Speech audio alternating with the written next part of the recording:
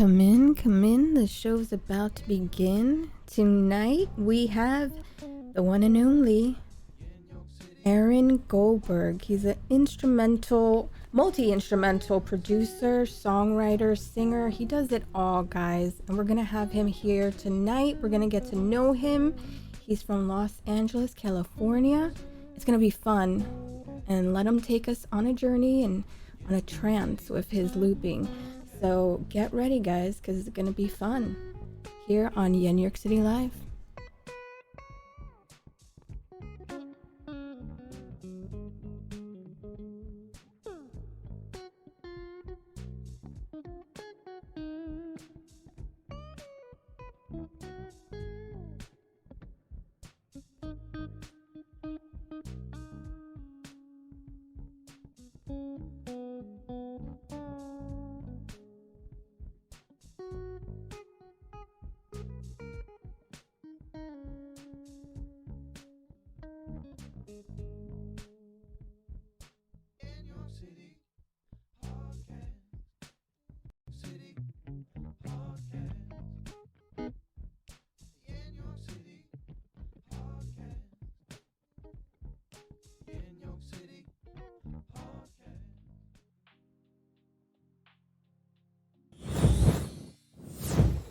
Hello. What's up, everyone? Welcome in. How's everyone doing?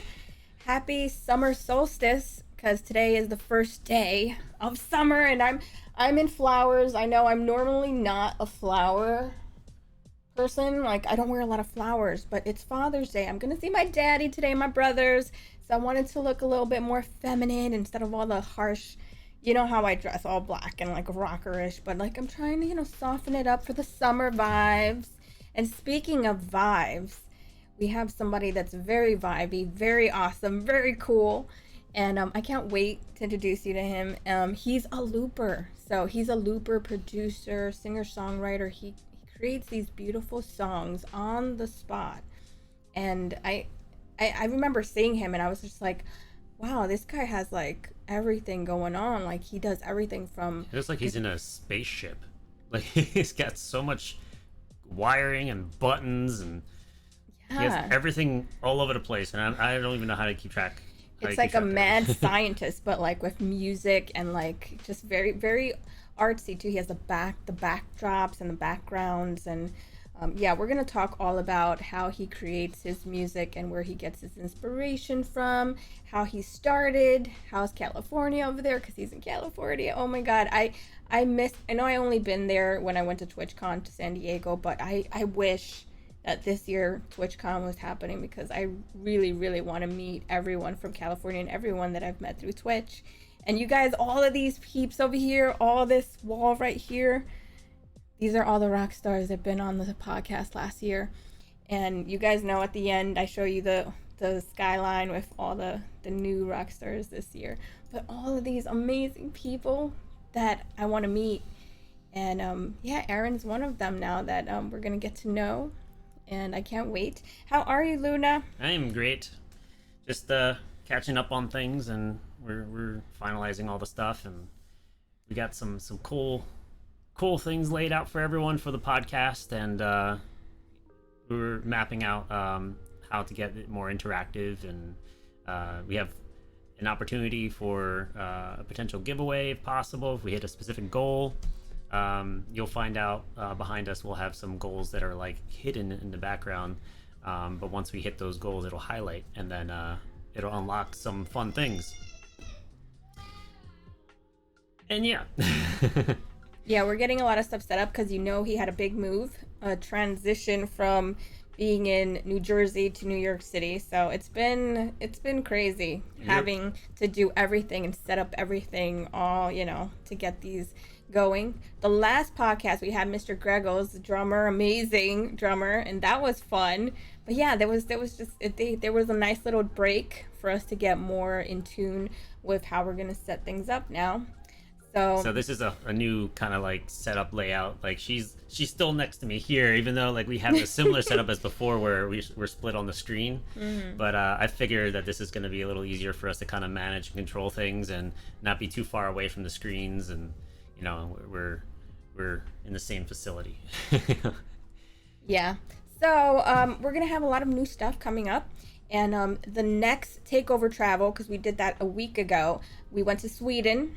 So even if we can't travel physically, we're gonna travel with a lot of musicians, and they're gonna show us where they live, what inspires them. And yeah, last time it was Sweden with Max Day Drums, which was so fun and beautiful. The VODs are still up. But next this month it's going to be Germany. So we're gonna get to see German castles, and we're gonna see the vibe over there. It's gonna be with It's Alpine, so that's gonna be awesome. That's gonna be a really fun experience. So I like to interact and also have guests that been on the show show us where they live around the world. So I think that's really special that we get to see different artists from different parts of the world, because that's what Twitch is about, is connecting us all through music and also all over the world, you know, because quarantine's not going to stop us from connecting and getting to know each other. So that's why I'm doing these podcasts. And so my next guest is from America, California, Los Angeles. So he's going to tell us how beautiful it is over there right now, because I know it must be beautiful and sunny over there. Over here is really nice in New York City. We actually have a really good day, a nice sunny day. So I'm glad, because, you know, all the fathers out there, I want to thank all the fathers. Yeah, happy Father's Day. Happy Father's Day. You know, my father is amazing. I'm always talking about him, because he's the one that made me a music lover in the first place. And yeah, I can't wait to see him. And it's the first year that you know, without my mom, you know, because you guys know, and it's really special, because I feel like this year more than ever, I feel really close with him, because, you know, after my mom passed away, it was like I almost lost my dad, you know, and he beat cancer, and having him still here with us, and thinking about how I could have been, you know, like totally without my mom and my dad now, is like pretty eye-opening. And it makes me, he made me a strong person, you know, so I'm really close with my dad, so it means a lot to me. So if you guys still have your moms, love your moms so much, because I was super close to my mom too, and I lost her in January. So this year it's a little bit harder, but you know, together we all, you know, are stronger together. And these podcasts have helped a lot, and music is very healing. So music brings us all together, and so this food, so I'm gonna go eat after this. That's why I'm dressed up. So without further ado, I want you guys to enjoy today and have fun. Before we bring him on, just letting you guys know that intro song that we played, he made that. Yes. We rated him one day, and he started this loop, and we were like, "Oh, this sounds great. We got to use this." And we did. It was really fun, and that's the kind of magic that you're gonna experience with Aaron Goldberg tonight. So I can't wait. I'm excited. I really love the next guest, guys. So give it up, hype it up in chat. We made a special emote for Aaron. Okay, if you guys are following the channel, and if you're sub, you'll see we do an emote for everybody that's been on the podcast, and they get to keep it, use it for bit emotes if they want to change their emotes up, or for Discord. And it's a fun thing we like to do, you know, as like a thank you for being on the podcast. And so his is Aaron Vibes, because, you know, he brings them vibes. Okay, so without further ado, I want to bring him out. Aaron Goldberg from Los Angeles, California is here. Are you ready for me, Aaron? I'm ready.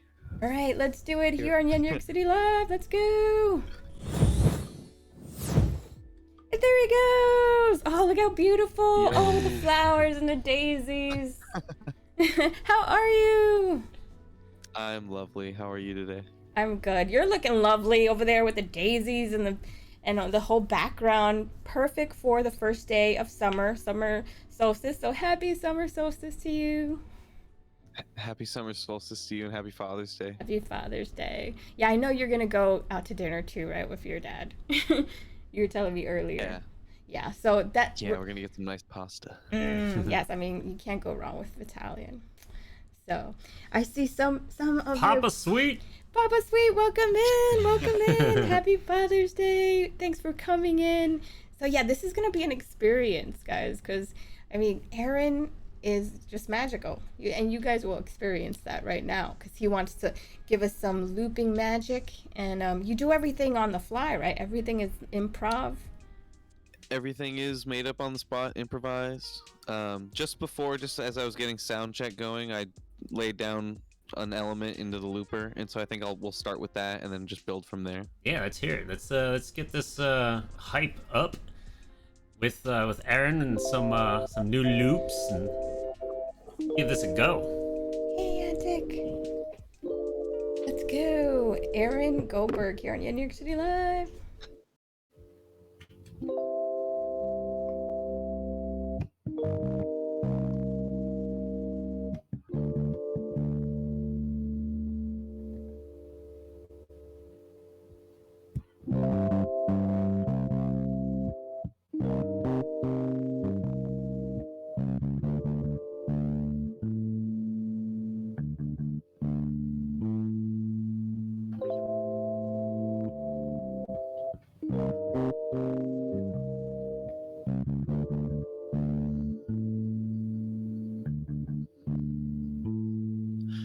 First day of summer in the heat, getting to me. I know there's nothing I can't beat. So deep.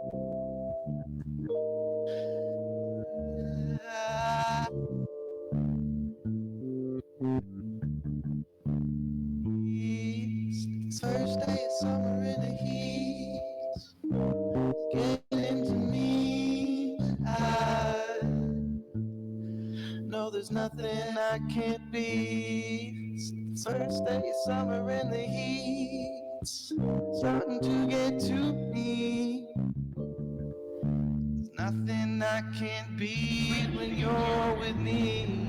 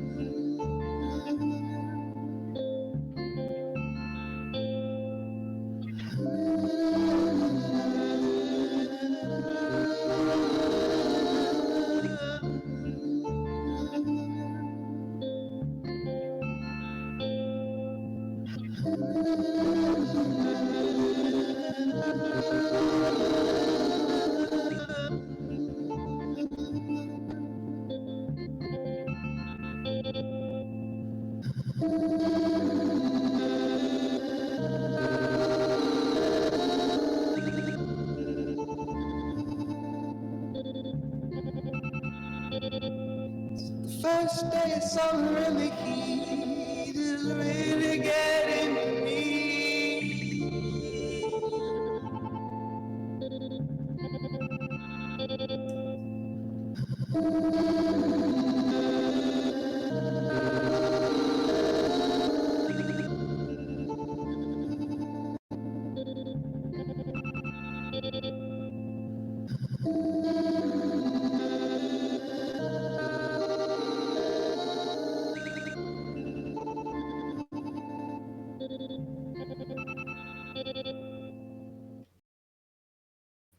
Yeah.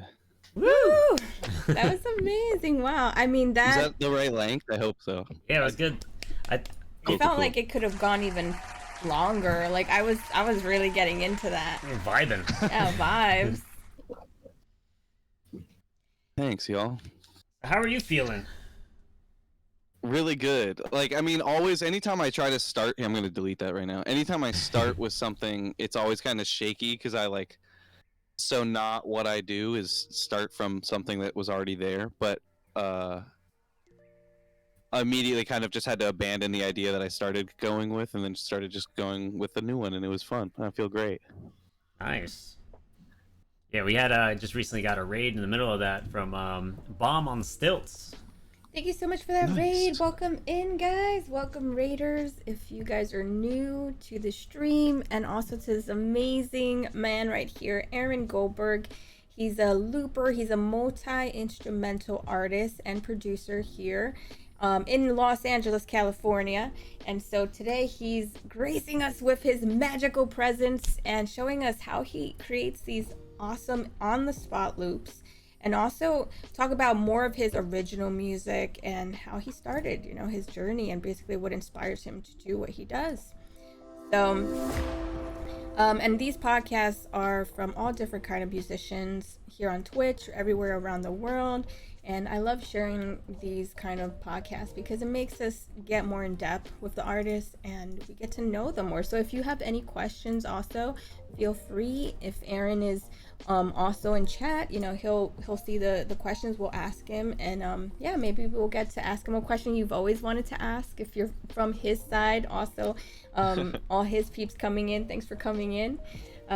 Yeah, so how's your 2021 been? Because it's been like a trend. It's been really like since last year and this year. Do you feel like you started streaming more because of the gig thing? No. I started streaming less this year because I started working a little bit more. And streaming. I was streaming like almost to save my life when I first started because I was like at the end of like a dying relationship, and then it quickly died, and I was just totally like free to do what I was really wanting to do, which was just like I had been trying to pour energy into this stream, and then like that was basically at that point all I had an option to do. It was quarantine. I had very little work, and I just like was streaming every day for hours on end because that was all I had to do, and it was really fun and good for me. But now it's become like I can't keep up with the pace I had set for myself, so I've started to dial it back. So when did you start streaming on Twitch, and how did you find out about Twitch in the first place? So I started streaming on Twitch last year around April. I think my first stream was April 23rd, something like that. And what led me to Twitch was like I had started doing a couple streams on like live videos on Instagram, and it sounded like shit, it sounded horrible, it looked horrible, and I just like wanted very quickly was like I need to find a better way of doing this. And a couple of my friends who are here on Twitch as well, playing games and stuff, told me like, Aaron, you should check out Twitch. And I just like never even considered it as a place for music, and I checked it out and like very quickly fell in love with the community that I was discovering here, because they're so accepting and supportive. Like it feels like open mic environment on Twitch, but it's global. Yeah. Oh yeah. Yeah, I've seen everyone that's been on the podcast. It's all over the world, and this is where they kind of feel like they can connect with everyone, not just through being out there and where they're from, right? And gigging there. It's like this is a platform where we can grow universally, like everywhere. So it's been It's really incredible. fun. Yeah, that's what it's all about, you know. And music is universal, it connects us all no matter where we're from. So it's definitely a magical experience to be able to share that through this platform, you know. So hey bro, wow. Yeah. So it's been over a year. And how does it feel? Does it feel any different to you now that you're streaming more on Twitch? Because now you're saying you're streaming less. Well, streaming less, but it's like I've obviously it has changed so much. Like when I first started, I was streaming off of MacBook using just the camera that was on there, and I've got 3 cameras now, and like more gear on this desk than I didn't have when I started. Like more gear on this desk that it was acquired because of the stream, than when I began. So it has changed a lot, even though I don't do it as much as I did before. It was absurd what I was doing before. I was like just staying up until 7 in the morning, streaming sometimes for like in between like 5 to like 11 hours. Because I had nothing better to do, and I now have like work and am trying to take care of my mental health. And so, yeah, Keeping busy and creating music is the best therapy. It's the most healing thing to me. So yeah, you did right. You did right. You know, going live. So the first time you went live, tell us that experience. How did it go? The first time you went live. for like on Twitch. Yeah. Oh, so I'll share both because I think that's interesting as well as Yeah, what yeah. inspired me to do the whole Mhm. thing was I found so my very first guitar pedal ever was a loop pedal, not the one I have now, but it was like a smaller version of it, and later on I had acquired some more pedals, and just like a little over a year ago, I found this delay pedal I have, which also has one function on it that acts as like a really short looper. And I just pulled it out and started playing around with my guitar and that. And and then I started plugging in other instruments to it and playing with it. And like prior to that, it had been so long since I had fun playing music by myself. And so I knew something was right about that. And then like that same day is when I chose to uh, put up the almost immediately. I was like, I'm just gonna put this on Instagram Live because I get a lot of like energy from knowing that someone might be listening or someone is listening. You know, like I get a lot of fuel when someone else is in the room, and when no one else is in the room, how do you do that? You just post it up live on the internet, and that was like why I went on Instagram. And then obviously, like I said before, Instagram wasn't good enough for this, and so I quickly came to Twitch. First time going live on Twitch, it's like everyone's first time going live on Twitch. There's no viewers, and you're sitting there looking at your own stream, like playing music, and then you do that for like months, and You keep showing up. you just keep doing it because I was doing it purely because I was more inspired to create if I went live, and so I was just doing that, using it as a way of forcing me to make music and like sit down and have fun. And eventually someone came, like I saw there was 2 viewers, and then yeah, and I'm like, oh my god, one of those is me because I'm watching it on another camera. I mean, like on another computer. Yeah, yeah. Gotta And add one a of number those in is there someone somewhere. else. Yeah. And then like after a while, one of those, then maybe I've got 3 viewers, and then I feel like it was maybe 3 months after I started, someone said, "Hey man," my friend Hammy was like, "Hey man, I've been watching you for a few months now and have never said anything, but like I Aw. really like what you're doing here." And it was just such a cool, like really sweet moment for me because I was like, I don't know, it's just like it's so intimate what we're doing, you know, streaming from your home into someone else's home, and they're like hanging out with you, and like get this, you can directly connect with people. It really is amazing to and me. that like unknown presence too, like they're watching you and you didn't even know that these people are watching you until they say something and you're like, oh really? yeah. Like that's a Totally. good shock factor there, and it does, you know, put things to perspective.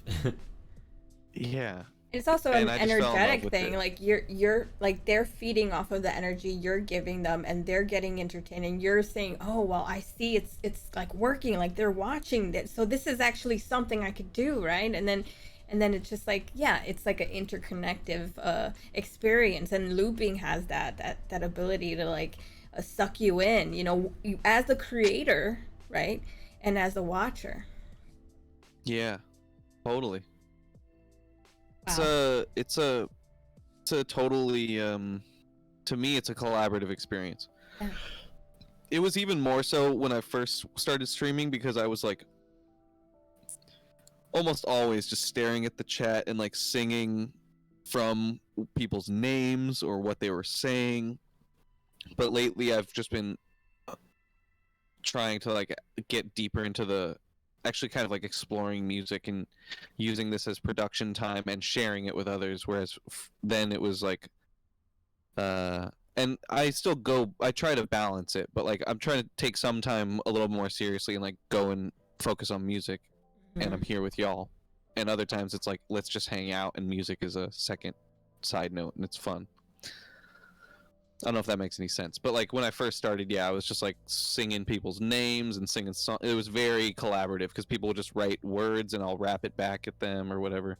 Yeah, I mean that makes it really engaging, you know, Interactive. and having your I'm really your grateful viewers. though that people are willing to just sit and listen to me make music for a while too.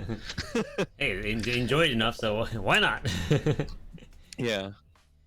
So do you have live shows now? Are they coming back, or how was it when you first went do you have regular shows, I should say, now? Well, you know, like this is a new way of performing for me because it started at the beginning of the pandemic. Like this started, I mean, I've done live looping before, but not like this. So I have not done any live shows, but I've got possibly one where I'll be playing in a festival in Texas. Oh, cool. And Those are hopefully some fun. more shows. But I'm like kind of nervous about that just because like I've done one thing, and it was like in the middle of the pandemic, and I went to a friend's house and they filmed stuff basically, like filmed a concert and put it on YouTube, and it was not fun to break down all my gear and bring it somewhere. So Yes, I'm gonna have that's to, like, another factor that's so awesome. You have sucks. everything there at home. You don't have to like and then risking just moving something and then going from one venue to the next. So that's a big factor that you don't have to worry Yeah. about. So yeah, that And like you don't have to deal with some new sound guy every night. Like you're the sound person. Like yeah. and like you do your loops and stuff too, like live, right? Like when you go out and play shows and stuff. it'll all when I start playing live out and stuff, it'll all be improvised. It always was. Anytime when I did perform with a looper, it was always all improvised. So yeah, you got it just as bad as drummers with the equipment because you have a whole buttload of Dude.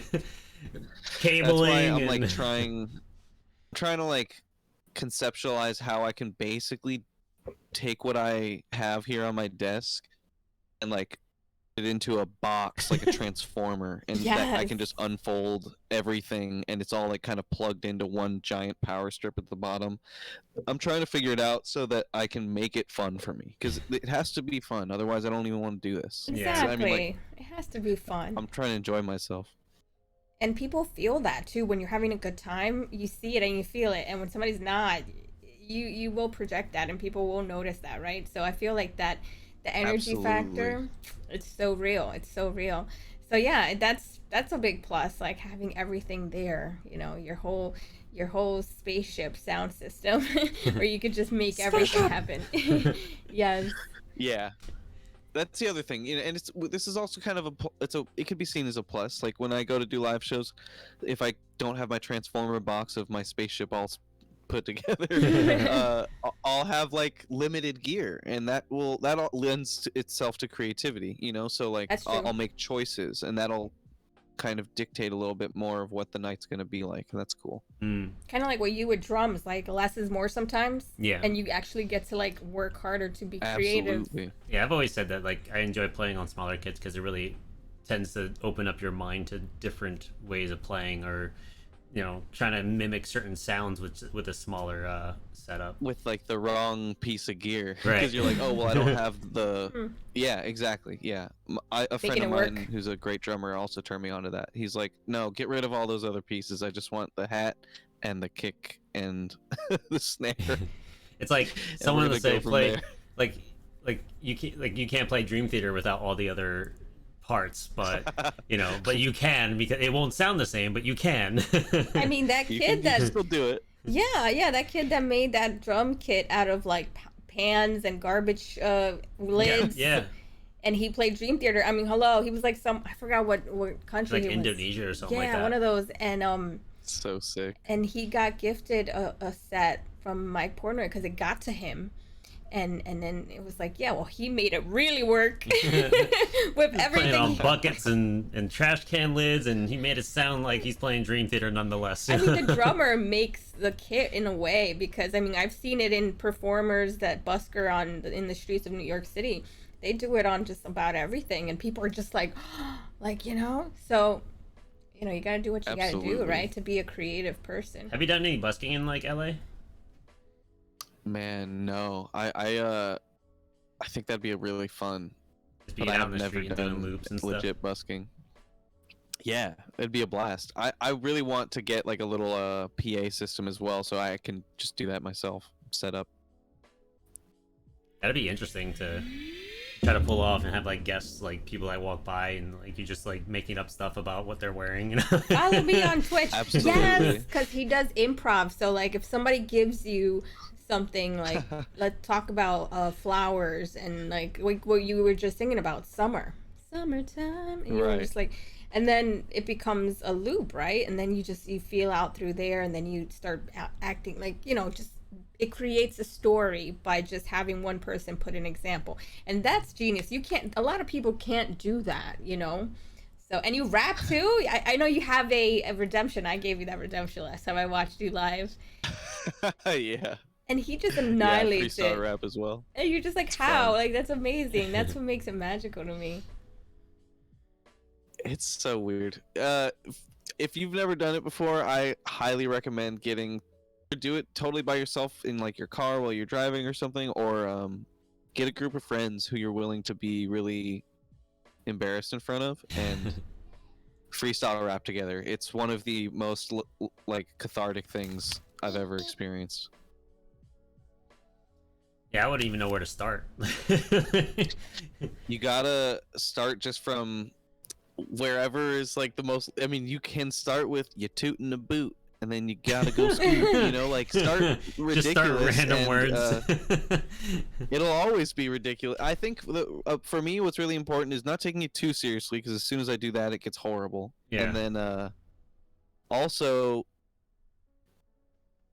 I like have this when I'm in the flow state. I'm speaking just like real. I'm like talking real. I'm not trying to like make an idea up or something. It's just like coming right off my chest. And when I'm not in flow, I'm like pulling on tropes and like stupid things, and it's always like there's a clear division for me. It's really weird. And so the point is, though, you start with the tropes, and then you end up finding yourself in a nice flow state, and you're going down a road that you're like, what the heck? Every turn is a good rhyme, and it makes sense. Like, the craziest thing about freestyle is sometimes you get to a point where you're blowing your own mind, and you're like, I'm not doing this. Who's doing this? Something's taking over my crazy. body. Who am I? I don't know what's It's going on aliens. anymore. It's aliens. They're transmitting And, like, signals. Can conceptualize that with like instruments, because it's like, yeah, I'm learning patterns, yada yada, but when you're forming sentences faster than you can think, it's weird. That Like, I it's can hard agree. for me to comprehend that. I can feel that, because like I did a recording, and I I thought about doing a specific fill when I was playing my drums, and I got my hands got like trapped up in between, and I'm like, okay, well, I gotta push through this. So I just kind of went with it, and something came out where I didn't think I knew how to do, and then I was like, oh, okay. I did that. I did a thing, and it was awesome. It was great. Yes. I love love that. that. I love that.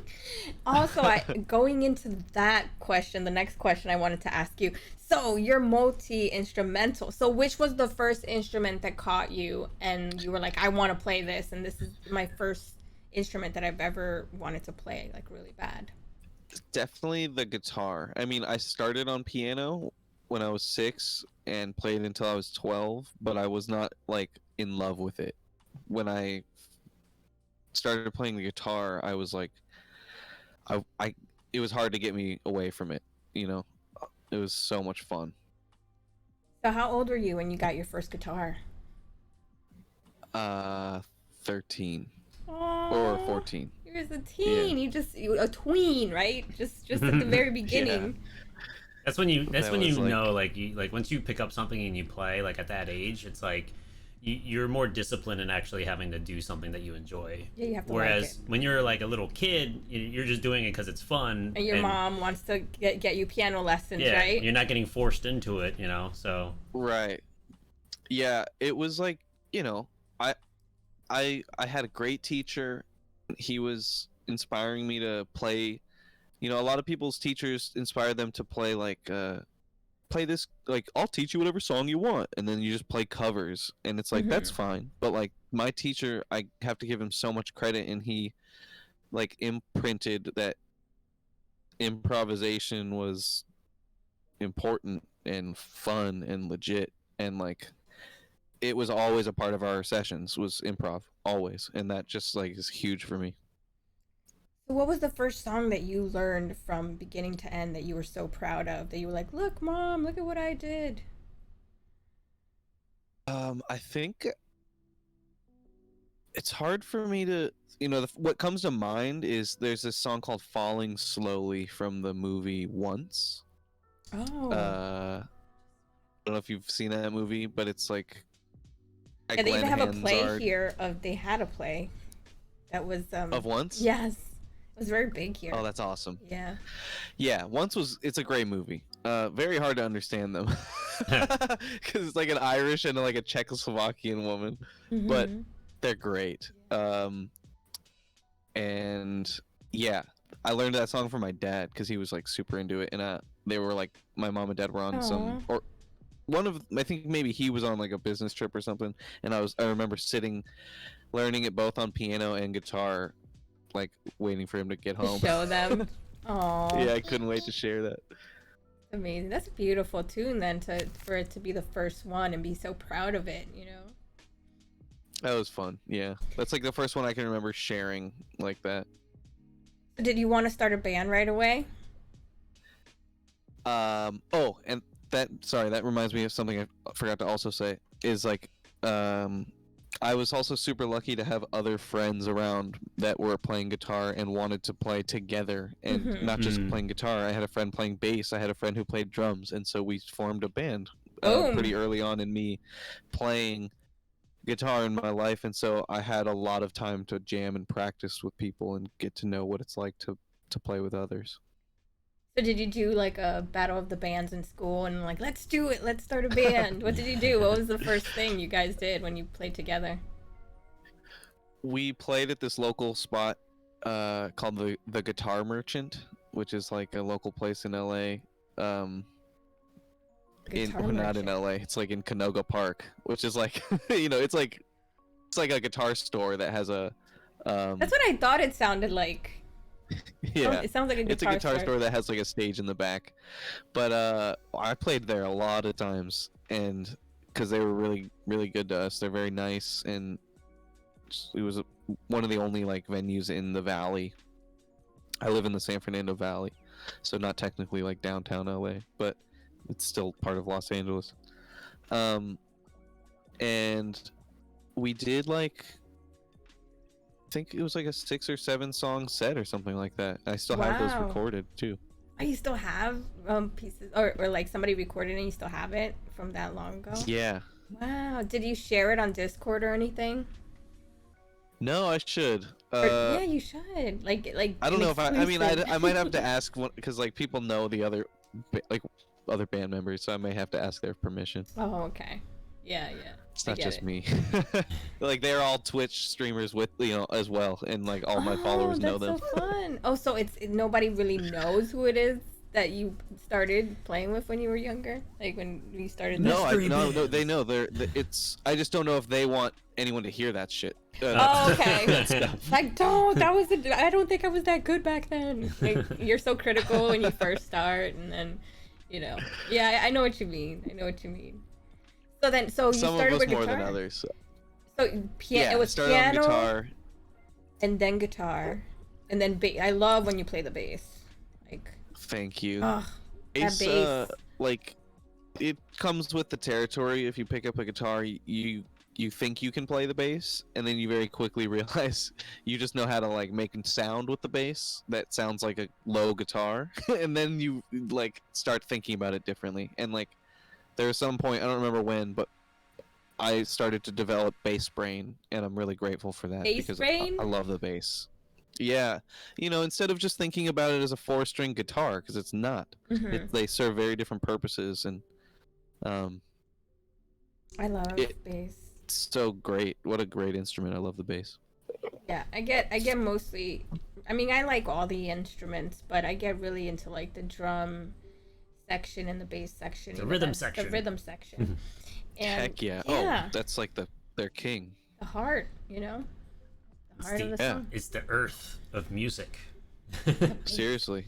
Foundation. I like to It's the ground. make it the analogy that the bass and the drums are like the earth, and then like the guitars and everything else outside is like the air, The flowers. you know, The solo. the atmosphere. Yes, that's Right. beautiful. That's perfect. Perfect analogy. Love that. Love that. And the voices of the angels of the skies. Oh, yes. And Aaron is all of that, all in one. He is the world. He is the whole earth. We Unless- all, unless we you're- all are Unless you're everything. screaming and growling, then you're cracking the earth and you're coming from hell.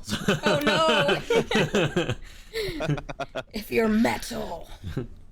So what are your main influences then? Because you have a lot of stuff going on. Like I hear a lot of different influences there. Yeah. Well, it kind of goes all over the place thanks to having friends who are into a lot of different kinds of music. But I like, like that. that YenYorkCity thing is like you can hear I've got some blues going on, or like blues or funk kind of in there, and that's just from like You hear it? blues is like the root of my guitar playing. It's good. So lots of what you hear me do on the guitar will be either bluesy or funky. I really love the Grateful Dead, so like I'm super inspired by the vibe that a guitar can make when it's just dancing around on these chord changes. Yes.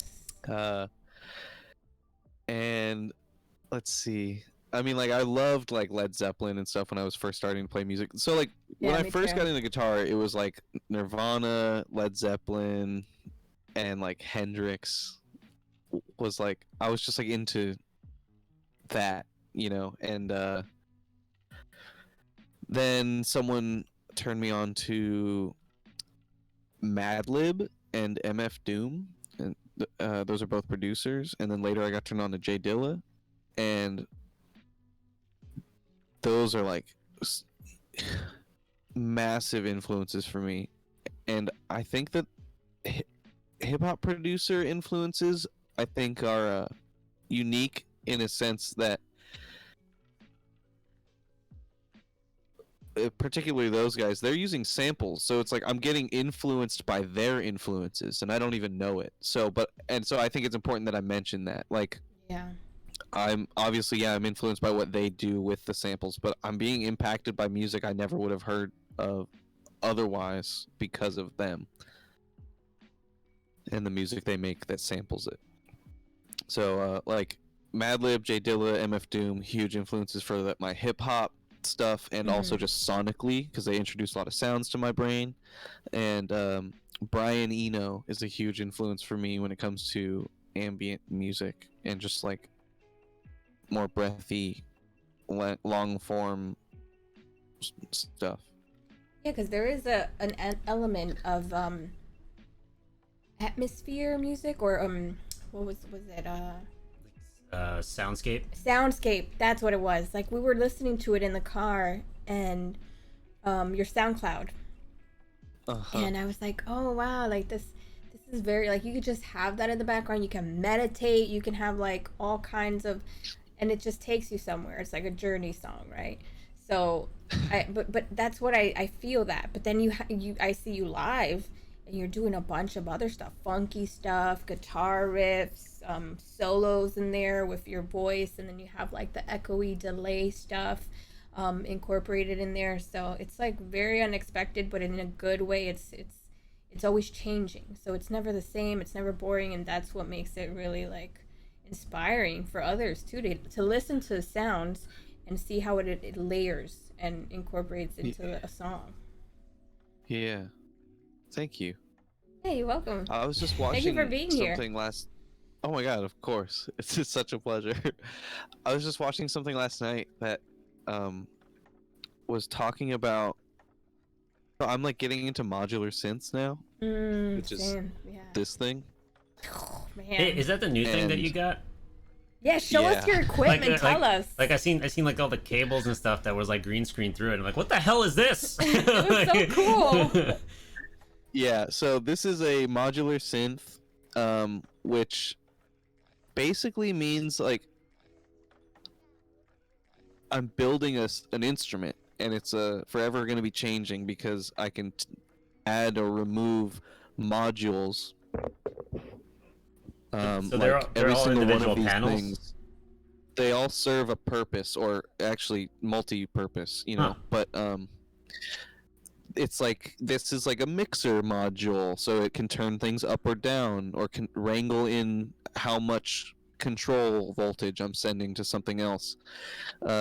This is like a voice, so it's your sound source, and this button changes between a bunch of different sources. So it's a really configurable instrument that you're basically making from scratch every time you unplug everything. So not only is it being made when you put in new modules, but same modules with different cables running around make a very different instrument. And that brings me to the point I was making of like the video I was watching on this guy was talking about how to perform with modular, and he mentioned something that I think is true regardless of what type of music you're making or how you're performing, I think lends to the best music that I make when I can do this. Listen, like really listen deeply to what you're doing, so you can hopefully try to be hearing it at, like, an audience member. Because like the opposite of that is like you're just making stuff because you think you're supposed to make stuff and push sound out the speakers. But like if you are making something and listening to it and then changing things appropriately, you're going to get a much more interesting, and you're going to really feel what's going on in the room, and other people will be feeling that same thing with you, rather than like you just like pushing stuff into their face. It flows out of you instead of like forcefully, right? Yeah, it's really important, I think, to listen and change. That also helps, like with the development of the little details in the sounds and the music that you create too, because then like absolutely you hear albums or songs and you really listen to their songs, right? And you hear little things in the background that you didn't even know existed if you actually started analyzing the music. Yeah, I love that too. I love doing that too. Like you're just like in it. Like, ooh, there's a little cowbell back there. I didn't hear that last time I heard it, and then you're like, oh, I love this part, and then it becomes your favorite part because you hear little tweaky things that you're like, wait, I didn't even know that was there, and it's so awesome. Like, oh, that's my favorite part. And if they had removed it, you would like, it would be missing something. It would be missing something so much. Yeah, that was like this Michael Jackson song that was brought up. Like they added these like bongos and stuff in the background, and you didn't even know that was back there. But then they did a video where they removed it, and then it just sounds empty. You know, It's like an element it's like that's missing some groove. Yeah. Yeah. So crazy. But yeah, all those little things do matter. And then yeah, I agree. Like when you create something, you know, really focusing on what you're making, listen to the sounds that you're creating, and how that resonates with you as a creator. You know, and not just as a creator, but yeah, you as a listener as well. As a listener of your own stuff, like, are you enjoying this? You know, like, are you Because just if pushing you're not buttons? digging it, then nobody's gonna You dig look it. miserable putting this Yeah. out there. What's wrong with you? Yeah, like I love Exactly. to see that in a performer. Like, and I love when a performer is very confident. I mean, even though a lot of us are not 100% confident when we're doing it live, but it shows and it reflects. And if you're feeling it, then the music is gonna be there, and it's gonna be like it's gonna show. So. Yeah, and the free flowing thing has to happen naturally, like you said. Can't be like, oh, I'm just gonna put sounds. I think I'm gonna put this in here and this, because it could just end up being like sound like a clash. You know, if you put a Yeah. bunch of samples together because you like the samples by themselves, but maybe together they're not they're not cohesive. Totally. Yeah. I heard a skip there. What is this? So what's your favorite thing to do now as a creator on Twitch? Like, what is it that you do the most? Is it more looping? Is it more like, do you enjoy singing more in there? Do you like rapping more? Or what is it that you feel is more of the focus? Well, now you have the modular thing, right? So that's a focus. Yeah, it's kind of changing all over the place. What I'm trying to focus on really is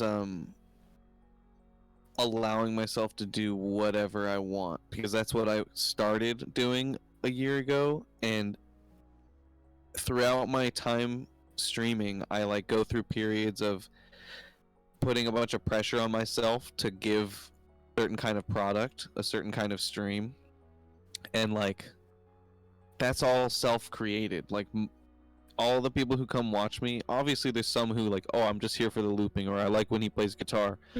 But like a lot of my listeners are there because they're interested in like my thought process and like hanging out with me and like just hearing what's going on. And like, so what I need to kind of always remind myself is like, you don't need to deliver the same thing. What you're supposed to be doing, man, is just enjoying yourself and like exploring your gear. And so that's the most important thing to me, is that I'm staying true to myself and like doing what I want to do. And so sometimes that means going on live and just playing with the modular and like never even touching the looper, and just like literally doing just like an exploring noise. What kind of noises can I make stream? And usually if I'm going to do that, I'll write that in this stream description just so people can decide if they want to come watch it or not. But like it's really important to me that I just am free to do whatever. And you know, I was doing a bunch of modular stuff for like a week, and then I did the other day I did a stream where I was playing everything again, and it was so freeing to play instruments that I like can actually just go hit a chord and like it'll sound the way I want to, whereas this fucking thing you have to like plug in a bunch of cables every time you want to make it go boop. And like turn some knobs for it to kind of like start beeping. For it to go boop. Yeah. Well, let's see some more interesting stuff that you can pull out of those things. I wanna hear some more looping action. You got it. Yeah, let's do it. Aaron Goldberg here on New York City Live, looping, making magic. Just because I'll give a little taste of this modular. Also, if you want to adjust your input volume, it was still gaining. It had a lot of gain in it going in. On Discord. Yeah, through Discord. Maybe it's the your mix going into Discord. It was like a little hot. A little hot.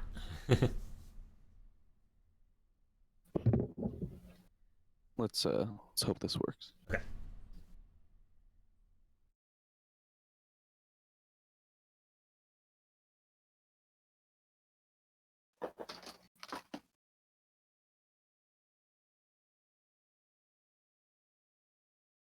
Okay, so I'm taking a clock output, which is like a yes or a no, basically, sending it into a strum input, because this thing acts like a stringed instrument. I'm going to take its output, send it into the mixer module, and turn it up.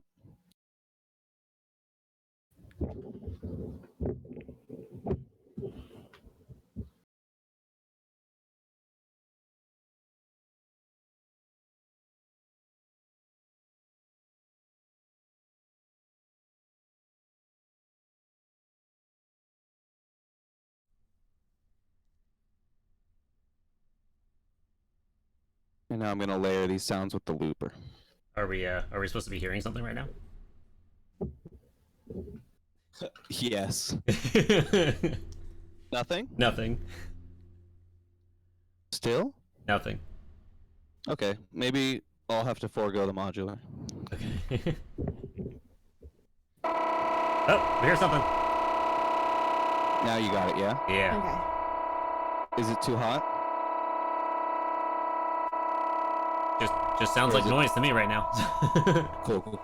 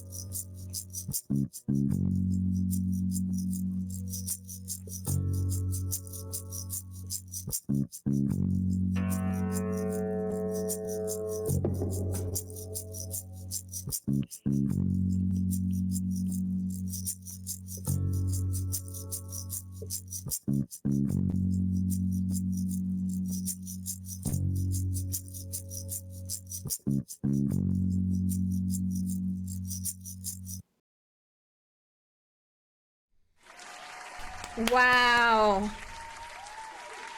That could have honestly gone for like 20 more minutes and I would have been like into it the whole entire time. That was amazing, Aaron. Wow. And we were just like in awe when you broke out like the accordion. Yeah, we're just like, what the hell? What? Like he's pulling Where did out, that come from? He's like, is he gonna pull a saxophone out of his like hairs or his back or something? Like it was just like you were bringing out like every everything. instrument come at it. Like, Amazing. So how many instruments? I mean, I'm afraid to ask. It's probably like so many, too many. But how many instruments do you play in total? Have you ever like thought about how many? I only really know how to play like piano, and I only know how to do that so much. But like piano, bass, guitar, I can play drums, and I sing. Mm. And then from there, it's like piano is basically everything you see here. You know what I mean? I got a piano, I got a piano, I got a piano, I got a piano, I can control this with a piano. I have all these pianos. And so, other than that, I mean, once you learn how to play the piano, I play the soda can. You know. Oh wow.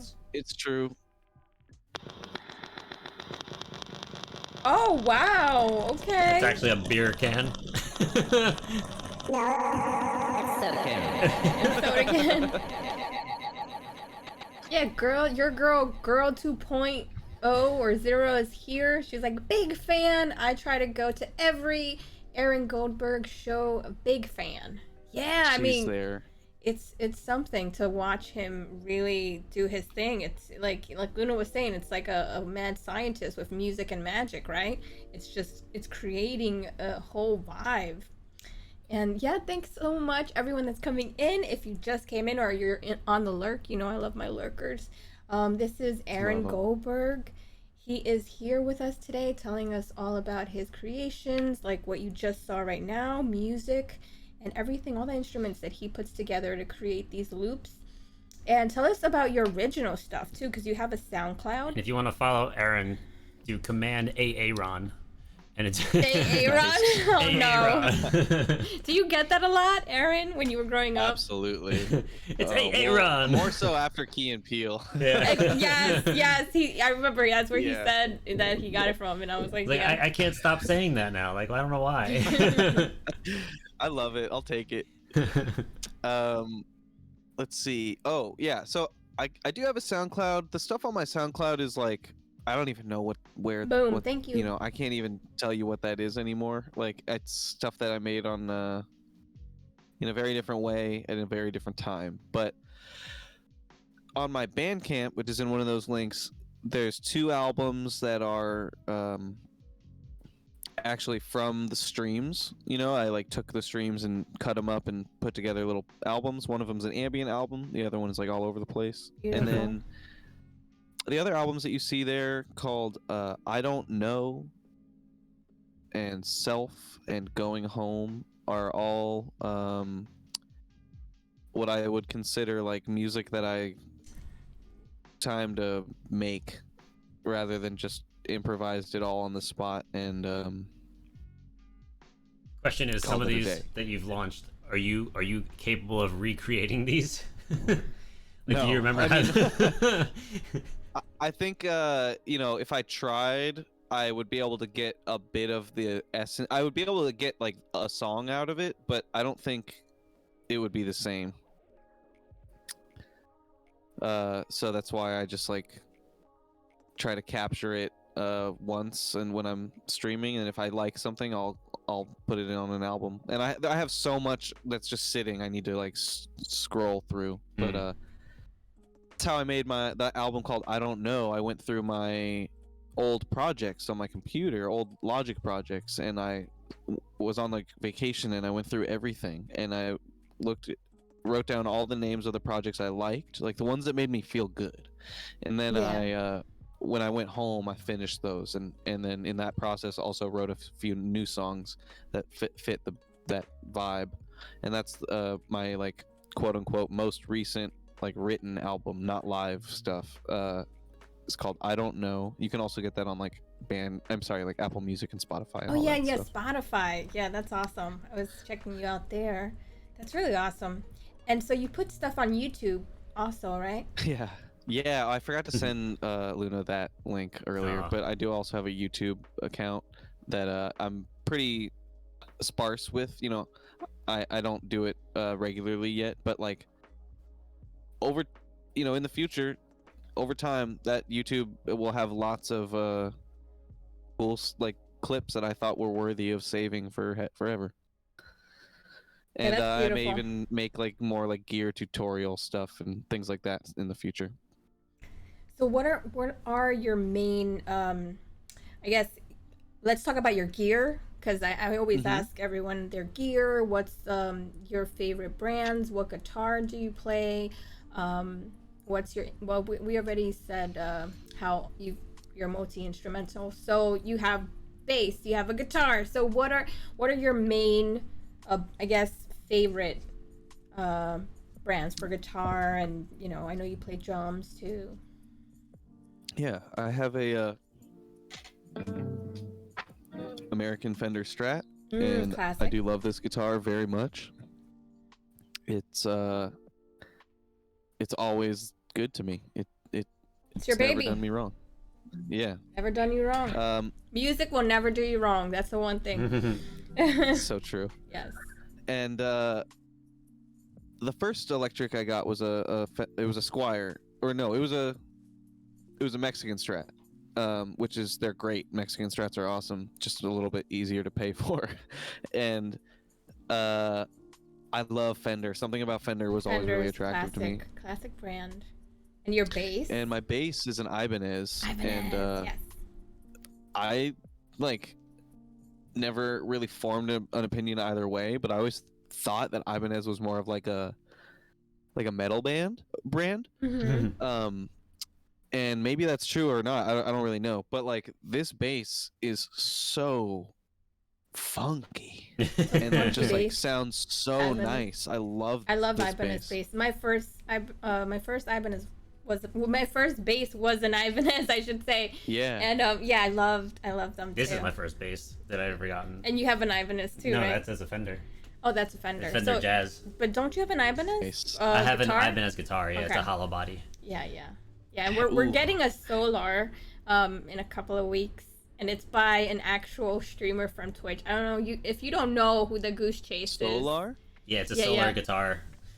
It's a. What's that? It's a. I don't. I've never heard of the brand until we met Goose. It's pretty big. I guess it's but- more on the metal. I Yeah, guess more it's a metal. 7-string. Guys, yeah, it's a 7-string. Nice. It looks like a highlighter. It's like a bright neon. Like orange. It's Yeah. a neon green, like Nice. Yeah, neon he- yellow.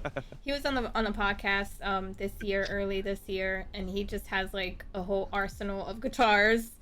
And so we were joking about it on a podcast, Yeah. and he's like, "If you ever get rid of that guitar, call us. We And he was like, "Oh," I was like, and I told him, I was like, "You shouldn't, because it's a staple of all your guitars. It's like the main one that I remember seeing him. I found him through the guitar. I saw the guitar, and I was like, oh wow, this guy's playing like this really neon color guitar, and I wanted to go in and check him out. And he's a monster guitar player.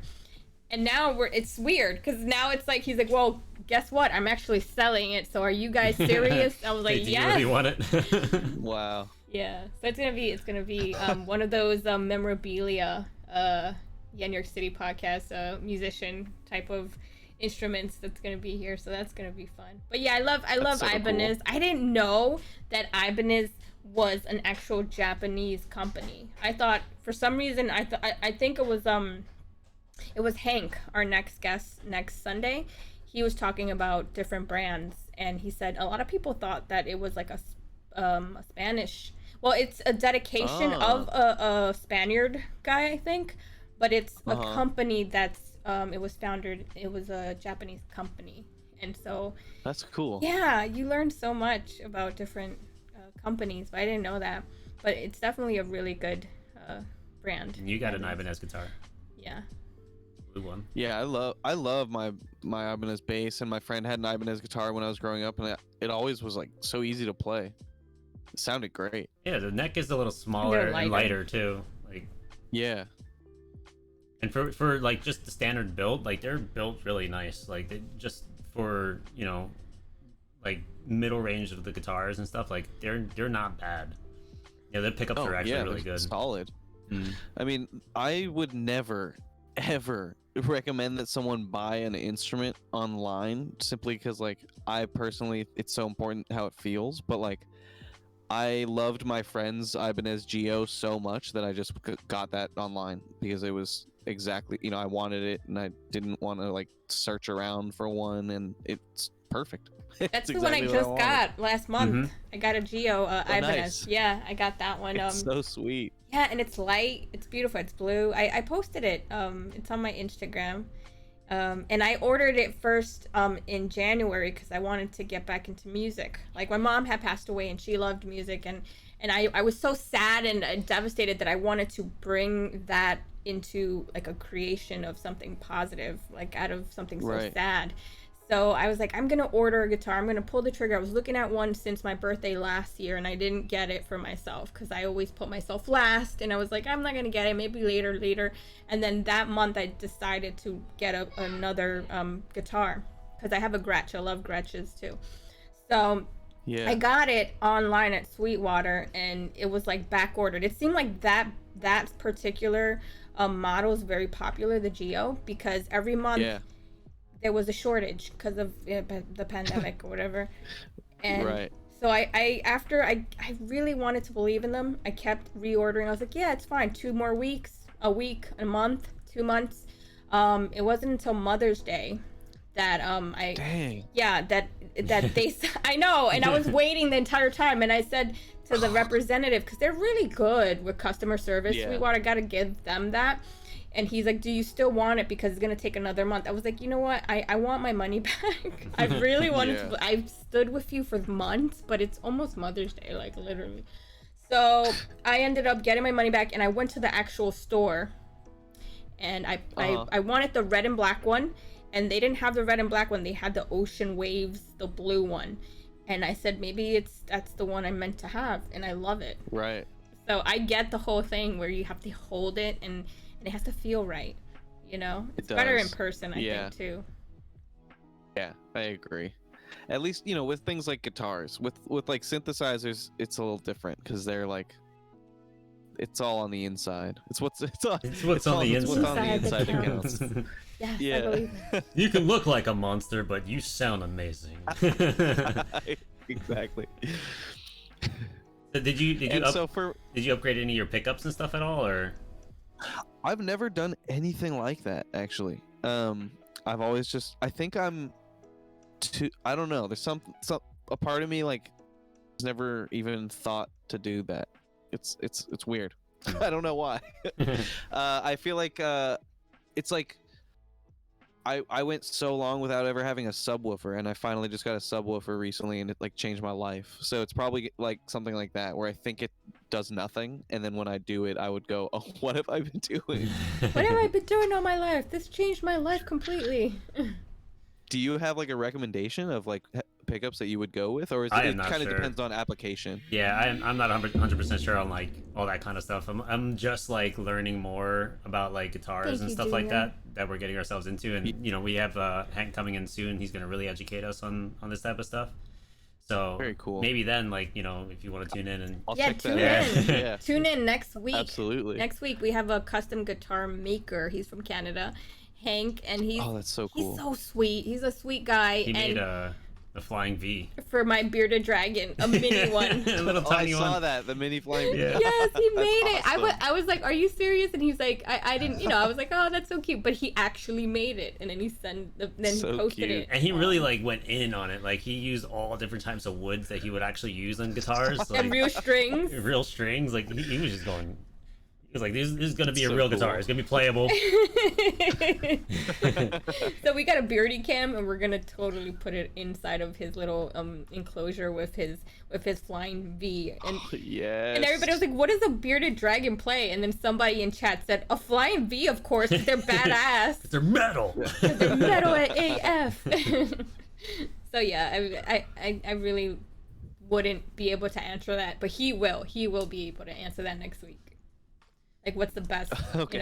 for good. Yeah. But yeah, like the bass, the guitar, and your whole system is all one animal. How do you even make that? Like, and do you have like, do you just mess with the setting, or do you have like an actual default, like this is the way I like to start off, and then it just go from there?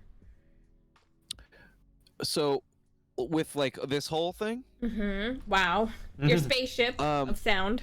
basically, like, I have every single instrument. So like this piano, everything that actually makes sound is going into this mixer over here. I don't know if you can see. Oh, Yeah, you can see a it corner just in of the it. corner. Yeah. So Yeah. that mixer, it's everything's goes into there, and then from the mixer I go into the loop machine. And on that mixer you have multiple outputs. So I have the ability to choose, like, this piano goes to the looper, and this, let's say, or the drum machine doesn't. So I can always have the drum machine going. I can always change the drum pattern and still be looping things, which is like a huge advantage for me, especially if I'm having like a guest over, because like I can have them be going right through to the stream, and I can still be using my loop and stuff. Whereas before we would have to kind of like take turns. You have separate, I guess, mixers Separate outputs or separate outputs. It's like on the mixer I have there's like sub outputs. So I have like auxiliary output 1 and 2, and so I send that to the looper, and then the main outs just go to the stream, like directly to the stream. And so I can just choose when I want to send something to the looper or not. And then the looper goes to the stream as well, like separately. The looper then returns to the mixer. Oh god. And Wow. I just make sure I don't send it to the loop. On that one channel, it's going directly to the stream. Oh, okay. Yeah. So yeah, he is helped by aliens, because that sounds super complicated. I kind of have the visual idea of what's going on there. Because I had to do the same thing with like routing. When I first started doing like my streams, I didn't have like the Go XLR. I didn't have like all that other stuff. I didn't even have like a good mixer, and right. I was running off of like a basic like 4-channel mixer and no interface, and then I would take a headphone aux out from the mixer going into the headphone line into the mixer, and then like it just weird loopbacks, and then I had to try to isolate certain parts, and when I was doing my recordings it would just be a single track. I couldn't split track, so I would have to listen back. If I did something wrong, delete it, redo it again. Oh, that's so old school. Like, then, you had to go in one take. And then tweak like the levels as I'm recording, and then listening to it back and be like, oh, the cymbals are too high. I got to redo the track again and The struggle was real back then. So yeah, kind of MacGyvering all the loops. Yeah, it's madness. But like once I figured out the way that I could do separate outputs and stuff, really changed the game for me. And then like another thing that really helps is this keyboard in front of me is actually in control of 5 things. So on one track, brain. I can touch the Moog Sub 37, and I can sequence it from here, and then I can go to another track, and that's controlling my O Coast, and which is another synth. Is that like a MIDI controller? This is controlling, like this one is controlling another instrument. It's a MIDI controller that has 4 outputs at once, and so you can have 4 separate sequences running at once, and then the last channel also works as a drum sequencer, which is really cool. Ooh. And so I can do drums, bass, and like literally I can make a whole track just from this and not even use the looper yet, because it's making everything loop. And then I can like record that loop if I want. So like big difference between sequencing and not sequencing is if I recorded this loop, I wouldn't be able to change it. But if I just keep this sequencing, I can continue to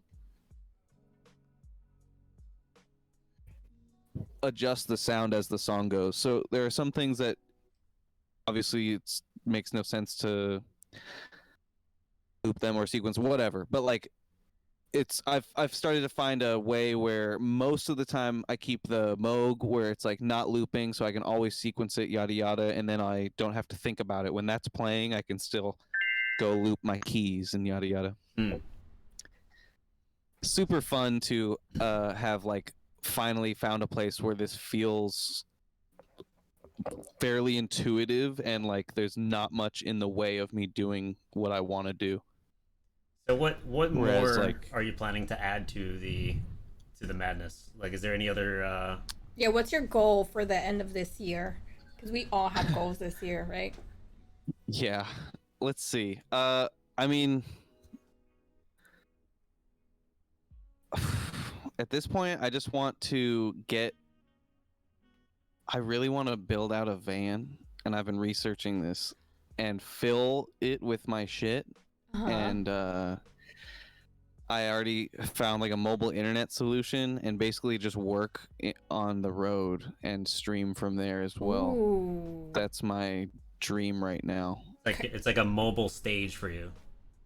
Yeah, that's what I really want to That do. reminds me of like Piano Around, remember? Like one of our friends, he did that with a upright piano, and he would go to like the Grand Canyons and like lug his piano and like record it live stream while he was like playing the piano, and he hurt himself a lot too because it was a huge piano. It was like for an him. acoustic like studio Right. like Oh my piano. God.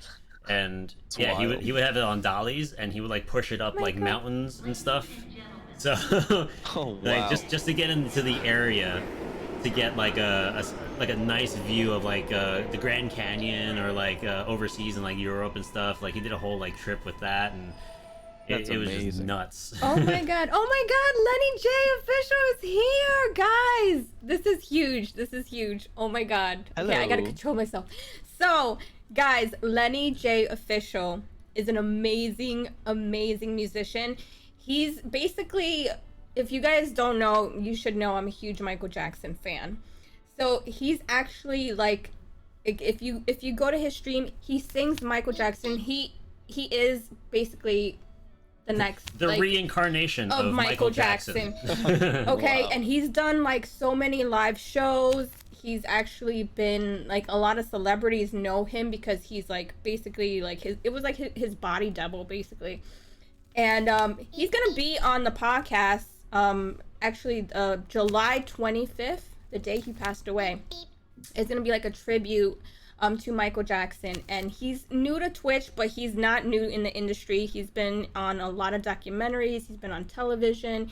He's a big deal, and I really want people to know him here on Twitch and give him a warm welcome and follow him. Please follow him. Thank you so much for I the just gave him a follows. Thank follow. you so much for the raid. Oh my god, how was your stream, Lenny? How's your stream? I'm excited. I'm excited for the 25th of July. It's gonna be hype.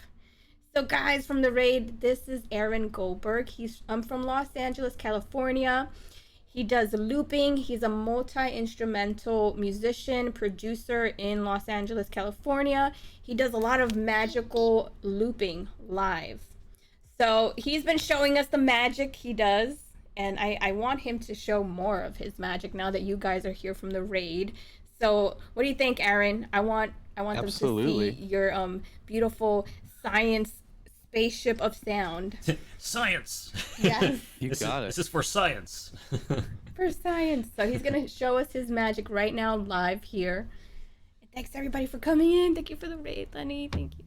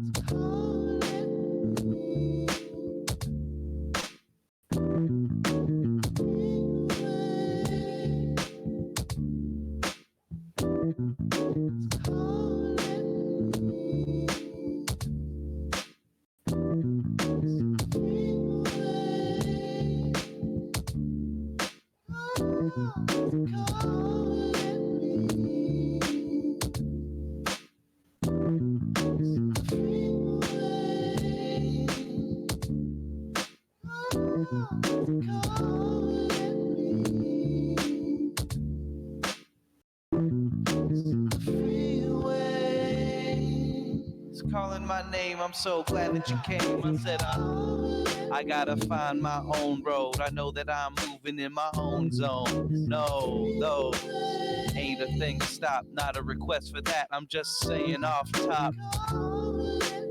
Nothing ain't fresh enough. Yeah, you know, hold it. Am I really guessed enough? Thank you so much for having me here. Appreciate you for letting me broadcast in your ears. Holding back nothing, but hopefully you can tell that I'm not bluffing.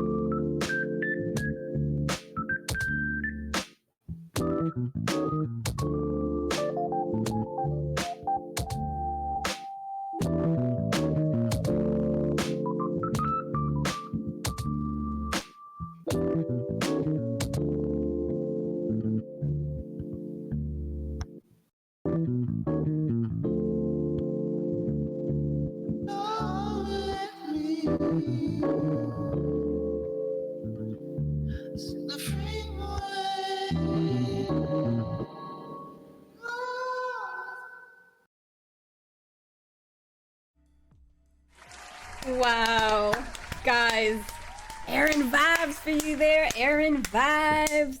Wow. Clappity, clappity, clap, clap. Can't clap anymore because this is the most I can do with clapping because claps, man. Clapping. Wow. I was vibing. I'm telling you, that could have gone for another 20 minutes and I would have been like in there grooving, and you just added all those layers in like such a short amount of time and you feel it. That was you know? grooving. That was groovy. For sure. Thank you, guys. How do you guys Like- enjoy that? That is the Aaron Goldberg experience. So if you guys are not following Aaron, please give him a follow because he's really an amazing streamer here. A musician, producer. I mean, he's multi-instrumental. So you go in there and you just vibe. Like the other day I was telling him, we went to do a bunch of errands, and I came home and I had him on the big screen, and you just put him in the background and you just vibing, and you're just, and I mean, I was exhausted. We were running around all day, and I started to just get into this trance with his looping. He was doing, his beautiful voice, his layering, and I just kind of like fell asleep hearing the looping that he was doing, and my dreams started becoming like all these beautiful shapes and all these, I don't know what it was. It was some kind of like, who needs, like what you said, right? Like, yeah. you don't, it's all natural. Who needs high, substance when you have Aaron Goldberg? You guys know I don't even drink. I'm straight edge, right? But he's all I need, to get into that zone, with all his looping, his voice, his layering. So yeah, I love it. I love everything you do here on the platform. So what's your schedule like right now? Because I want people to go check you out. When's your next, and also your gigs? Because I know you have a new, like a new gig coming up next month, or this month, was it? Now that everything's opening up. No, sometime in like August or September. I think it might be September. I'm possibly going to be playing a festival in Texas. I'll definitely keep everybody posted on that in Instagram and stuff. Yeah, keep us posted. My streaming schedule is non-existent. I stream whenever I get the feeling combined with also having the freedom to do it. Yeah, so it's really I apologize for anyone who that doesn't make them happy, but it's what I have to do in order to keep the integrity of the stream. I tried to make it work. Myself, you gotta feel it. It's just not worth it. You gotta put in the time that you have and available to be able to pull something off that that you're gonna give good product for, a good presentation. I do try to at least go for 2 hours, and that usually is like a minimum. It usually is longer than that. So I try to do it at least a few days a week. So you know what that means, right? Everyone that's listening and watching, you turn on those alerts for Aaron. Yeah, notifications. So that you guys know when he's going on. So you won't miss it. I also post in my Discord. So there's the two ways for you to get alerted is hop up in my Discord and leave that everyone tag on, which I know is probably not going to happen because no one likes the everyone tag. Yeah. But I promise I don't use it I only use it for this. So Discord is a great way to get an alert, as well as turn on your Twitch notifications. So just do that, and you'll always know when I'm live. You post on like Instagram, any like updates and stuff? I don't post on Instagram when I'm live because it's funny. Like, I've built my audience on Twitch, so Discord is way more like where I can actually connect to my viewers. I mean, well, your following is pretty dedicated to you, because I always go in there and it's popping in there and you have like a good viewership. So that shows also the integrity of what your viewers enjoy and how they show up when you go live and they have their notifications on. Blows my mind. Yeah. It really is so cool that like I said, I went from streaming for months with 0 to 2 viewers to now I can legitimately put on a stream starting soon screen and get 10 people in the first couple minutes, and it's like, yo, what up? It feels so cool. I got friends. Yeah. It's a beautiful thing because it shows how people enjoy your content and your creations and all your magical vibes. And guys, thank you so much for being here, because it means a lot to me to have him come and show us what he really is all about. And, you find out what makes him him and makes him special. And yeah, so just remember, keep those alerts and those notifications on, because, it's like a surprise, I'm live. But I always catch, like when I catch you, that's why I'm like, I always see you, but it's never like, it's just a pop in. Like, I'm like, oh, he's live. Yeah. And I go in there and it's always like a lot of stuff going on. So This is the guys. If you're in Lurk, or you want to ask him any questions, also this is your chance to come out of Lurk and ask him questions, because he is here for a little bit, while longer, and he's gonna give us the soundtrack of his life, which are 12 songs to the soundtrack of his life, showing all his influences. So start thinking. Well, I think he said he has a list already. Like usually we give them a heads I do not up. have a list ready. He's Oh like, no, you don't. No. All right. So I'll see this what could be comes to really mind. hard or really easy then. Yeah. So Michael C. Stone's in the house. Michael. Are you familiar with Michael C. Stone? He's amazing. I do recognize the name. How you doing, Michael C. Stone? It's good to he's- see you. He's a killer drummer here on Twitch, and he also does a lot of like loops and stuff with some modules that he messes He's an amazing drummer, and that he's is worked with rad. really awesome peeps too.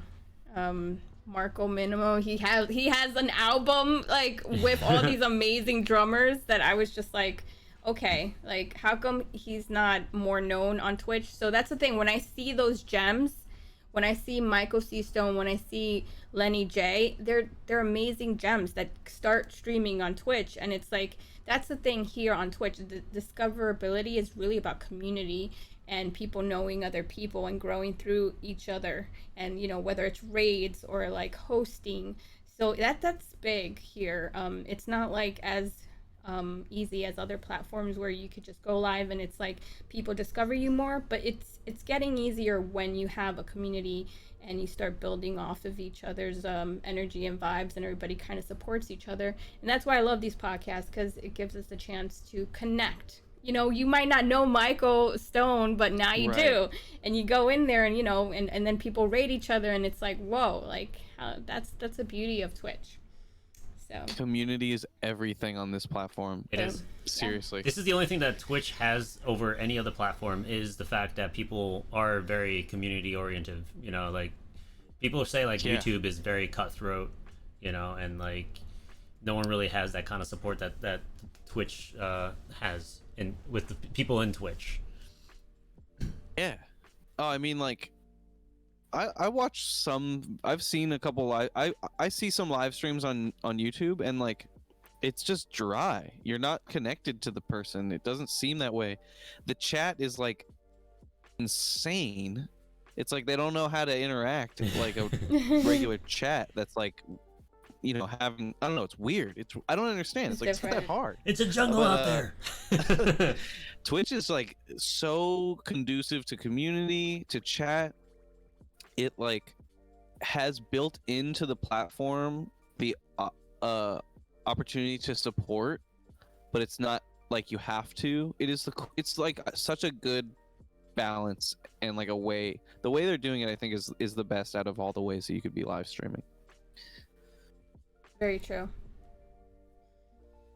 So the 12 songs of the soundtrack of your life is basically 12 songs that he feels will describe whether it's a childhood song that he liked growing up, you know, driving to the beach with his parents, or the first love, or the first kiss. You know, it's all these songs that created you as a person, and it's the soundtrack of your life. So whenever you're ready, Aaron. Like I said, I don't have a list, and I don't know if I can guarantee I'll get 12, but let me think. So one of them is not necessarily a song, because it's like the whole album, and the song titles are just 1/1, 1/2, but there's only 4 songs. It's called Music for Airports by Brian Eno. That album and those songs really did a number on me when it comes to like showing me ambient music and like giving me a song that I know I can always put on and be brought to like peace.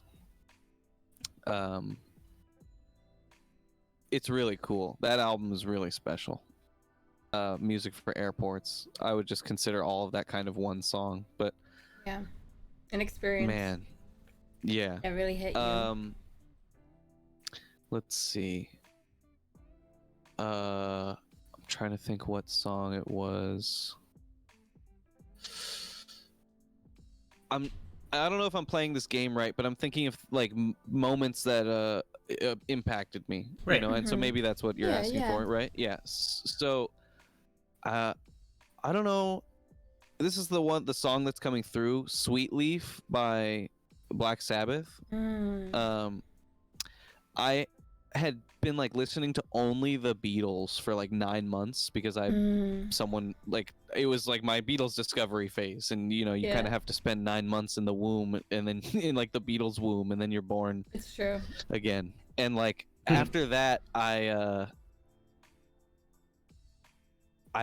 someone showed me Black Sabbath, and I was like, "Yo, this is sick!" Like it hit And you a like different that way. really, what? It hit you a different way. Like, yeah, because it's so Oh, different yeah, from I the mean, Beatles, but it it's was so so good different. too.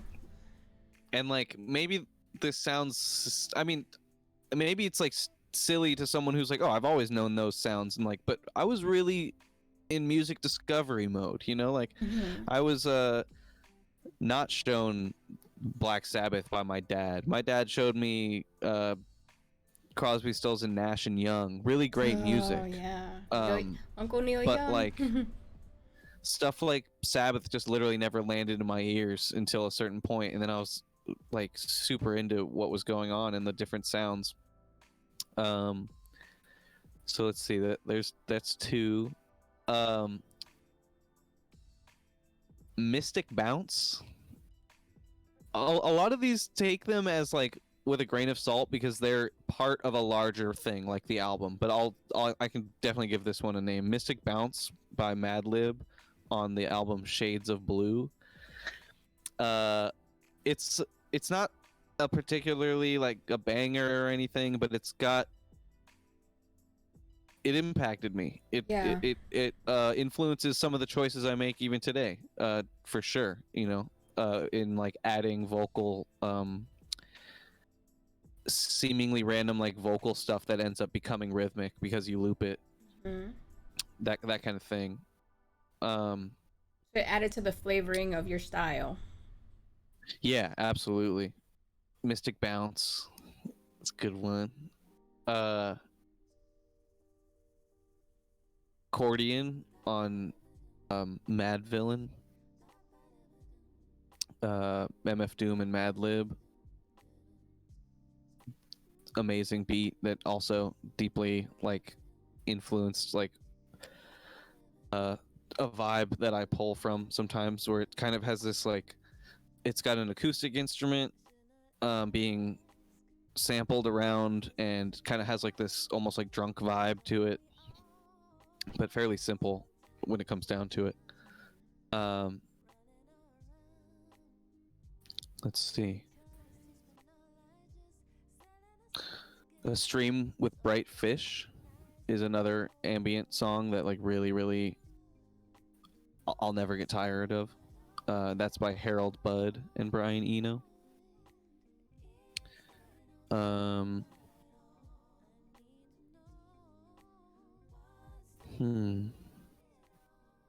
I think that's 7. 5. Is it 5? Yeah, it's I'm telling you.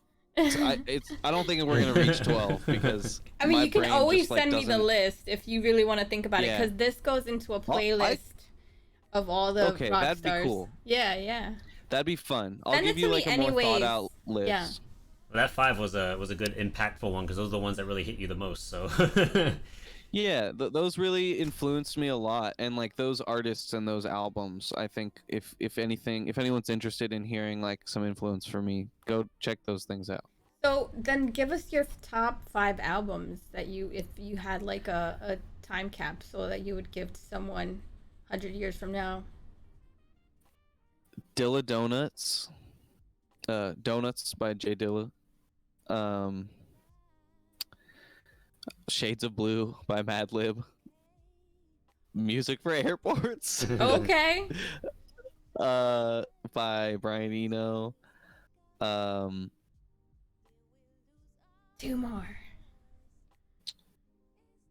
Make them good. Yeah.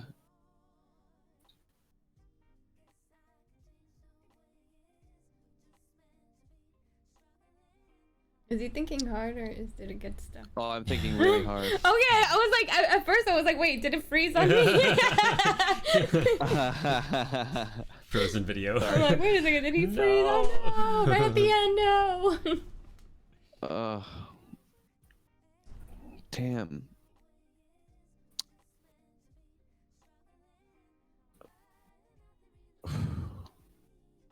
Think Sgt. Pepper's Lonely Hearts Club Band I would throw in there. And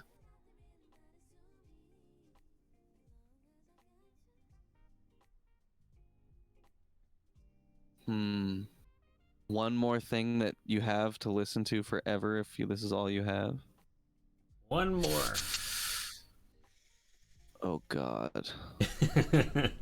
See, this could be really hard sometimes because it's like My whole life is about not making anything permanent or having favorites, and so like this like goes against my ethos.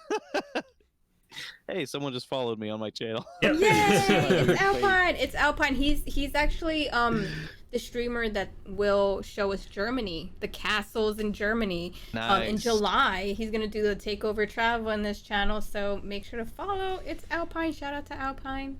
And he also he's oh my God, I always do this because I love Alpine. He's amazing.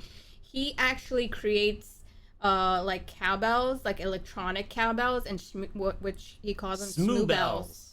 And he makes Nice. I think he also does electronic like snare drums and things like that. He's a mad scientist himself when it comes to creating. That is so cool. Yeah, and he does it all. He's an amazing craftsman. So just I shout figured out. it out. Okay. Madlib India. He's got an India record. Oh, And he just samples a bunch of Indian music, and it is like top notch. Michael If Stone that would comes love that on one. in my like random shuffle. yeah, I'll just, Michael like, Stone, he always likes a leave it on. lot of stuff like that. Like really, really. I love anything that's like incorporates a lot of genres and mixes them together. I'm into. Like jazz fusion. I'm really getting deep into jazz fusion too.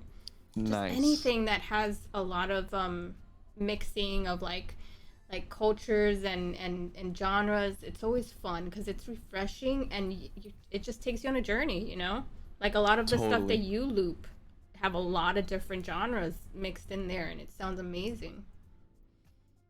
Thank you. Jazz fusion is nice. Yes, right, Yeah. Lenny? It's so good, so good. I'm excited for the future and what's to come for you, Aaron, because I mean it's always fun going into your streams and seeing what you're up to. And I hope that maybe you could stream that festival. I don't know if you're into like live IRLs, because I love doing IRLs of New York City and take you guys. I want to do that so bad. You should. I would love to have like the ability to take whatever output I'm sending to the festival into the stream and send it to the internet as well. They have like little mobile capabilities for like your phones and stuff that you could plug in with like either like an iRig plug or like from your mixer into there. Really? Like I wouldn't even need like a like the gun run backpack or anything. You can just go into your phone and get good audio in there. I mean, Through there's like little interfaces made for phones that you can plug into. Yeah, an iRig. I've used an iRig before, but I think the one I got like the cheapest one. So that because they have better ones that I Yeah. think are easier to set right. Mhm. That's awesome. That's a good idea. I didn't even think about doing that. Just an option. yeah. Genius. No, that's a great option. I mean, that's how we saw Sweden. We saw Sweden through Max A Drums, and he showed us the Swedish forest, and that was fun. And rooms. Well, he that's used so he cool. used Stream Elements Elements. or Streamlabs OBS on the phone on mobile, and then had his like alerts and everything built into there. But then he can only see the chat from his other phone, so you need a second phone to see the chat. Yeah. But that was only because he was streaming. We shared our channel with him, and He took over. Yeah, he used a specific coding for it to actually work, but he couldn't see the chat because of that coding. So Yeah. Okay. Crazy. Yeah, I mean, okay, we're doing it, right? We want you guys to see like different parts of the world of every musician that's been on the podcast. So if you ever want to show us California, hey, you could take over my let you I guys channel. haven't know. seen LA, so I've been to I San like- Diego, but I love San Diego. really have a strong desire to do that, like stream outside, like take a small piece of gear with me and like go somewhere and just sit outside and stream. So when I get that going together, and then even more importantly, when I get in that van and go I around the love country, that. I love will that. absolutely let Please. you know. Oh my God. So guys, Van tours. he told us that his dream is to get a van and put all his like his spaceship, basically. That's what I call it, spaceship of sound. Spaceship. Yes. Look at that. And then go on tour, just different countries, like different parts, and just show us different parts of the world, like different parts of America, I guess, because you would do like a tour, right? Yeah, it would be just a United States thing. Yeah. Unless someday I eventually like it becomes such my lifestyle that I like get on a boat and go to Europe or something. Turns his van into a ship. Yeah. I mean, it could happen. It could freaking happen. Yeah. Yes. Oh my We gotta God. manifest. What a great idea. Manifest it. It could happen. Yes. I love that. I love that. Well, when you come to New York City, just look us up, because there's always places here that we love that here. We love that, like the whole busker thing. And it's kind of like a food truck, but of music. You know what I mean? Right. So, It's like, you need some vibes? You need some vibes? I got the vibes. Got the vibes. you know what? There's actually, because I'm a yoga instructor, this is something that I love, all right? They have trucks that you can go in and it has all the lights and you can meditate inside, like a Zen mobile. It's a thing now. So like if you That's want so sick. to have a moment in between your, hustle and bustle in the city, they have those now. Like you can go and get a class.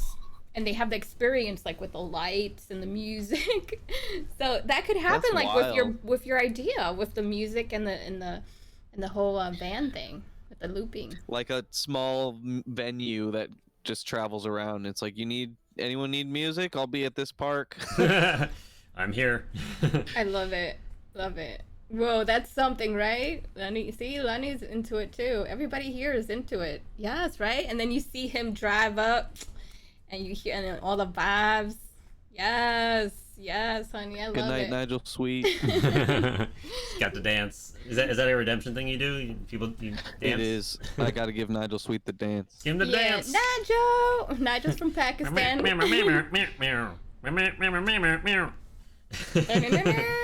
So much love, my friend. Nigel was Have a good he one. was the first person on the podcast that was from Pakistan, and his podcast was so fun. He told us so much about how it is life over there in Pakistan, and this is what I love about Twitch. Like this is what we did last year when we were all in quarantine.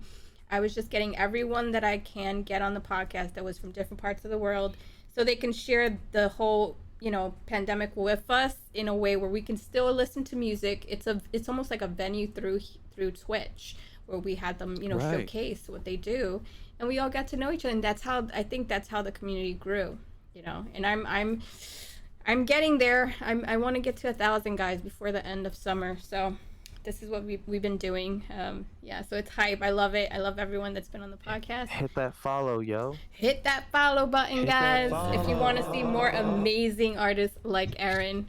So Aaron, this is amazing. It's been super fun getting to know you, and anybody in chat have any questions? This is your last chance. Last call.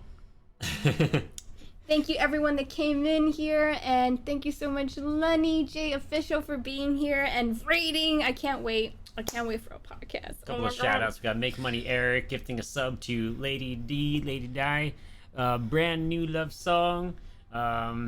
Mark Morningstar, thank you for the follow. Making Money Eric with 100 bits. Open set follow. Thank you. Thank you so much for the follow. Junior Houghton.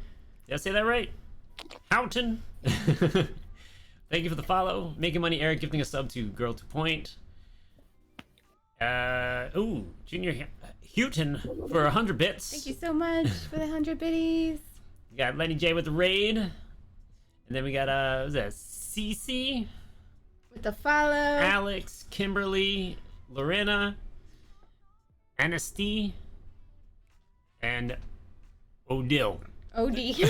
Odile. I'm sorry if Luna butchered any of your names. I am great at butchering names. If you want me to butcher your name, you look at me and be like, say my name. Lenny has a... 500. Yeah, he has a question.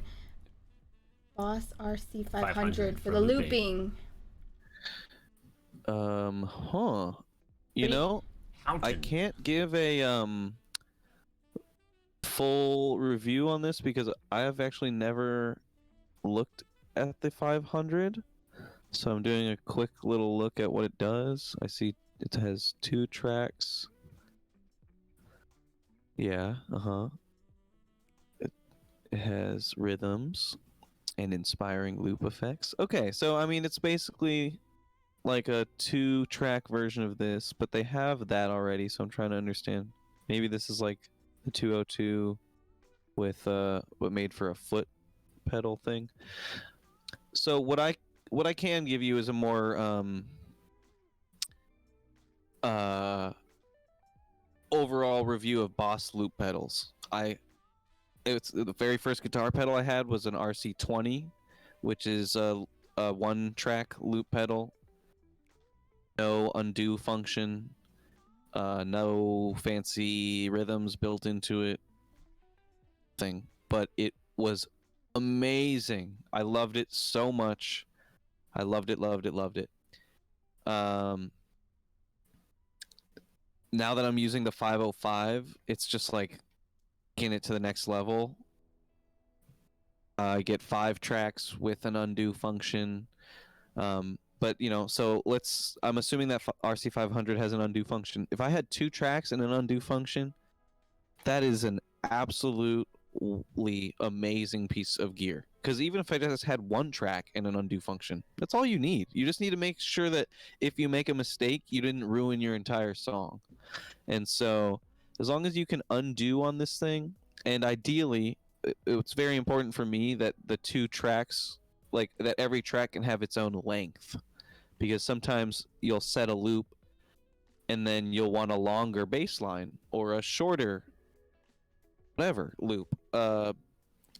So I'd say just make sure that you can have different lengths. If it has different lengths and an undo function, I'd say that's an amazing piece of gear. Nice. Yeah, he wants to do looping and singing. Well, guys, you just got to go over there and follow Lenny because he's incredible.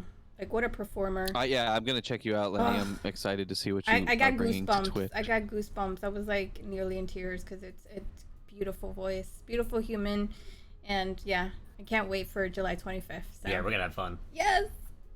So, guys, Aaron Goldberg, amazing. It was so fun. Oh my god. And Thanks for having me on here. You Yeah. have a beautiful mind. it's just You as well, both of you guys, truly sweet people, and thank you for like being a part of what I genuinely cannot like. I don't think I can express how important this is. The community thing you're doing, the connecting people around the world. It's legitimately saving people's lives. So, like saving and changing. So thank you so much for what you guys are doing. and we're in it together, doing these streams, supporting one another. It's all about community, and it's healing us, through the whole epidemic that we were all like, enclosed in our homes, and music was really the way to just get out of that energy and transform it into something positive, even though we were going through something really negative, Yeah. in a way of really, the most positive thing about it was that I got to meet so many people through Twitch and grow this like amazing with this platform, so I'm really grateful about that. Absolutely. Thank you so much, Making Money. Always amazing having you here. Thank you, Girl 2 Point. I know you came from Aaron. And hey, DJ Phoenix. Hey, love. Thank you for coming in. So, guys, we're going to go and send the love to the next person. I think Matt Scurfield is on. Let's go read him. He's going to be on the podcast, too. He's an amazing person too. He's a professional performer, drummer here on Twitch and also in real life. I think he's doing a session with his band. Yep. Okay, so we're gonna go there. Nice. Go give him a follow. He's amazing. And yeah, amazing drummer and amazing person, and he's gonna be on the podcast in July. I think the first first or second week of July. I think it was the 11th. Yeah. All right, guys. I'll see you on the next stream. And thank you so much, Aaron. So much love to you Thanks, guys. everybody. Go give some love to Matt. Happy summer solstice and happy Father's Day. You guys Happy have a lovely Father's Day dinner. and happy summer solstice to everyone. I hope you guys have an awesome Sunday, and I'll see you on the next stream. Bye. Peace.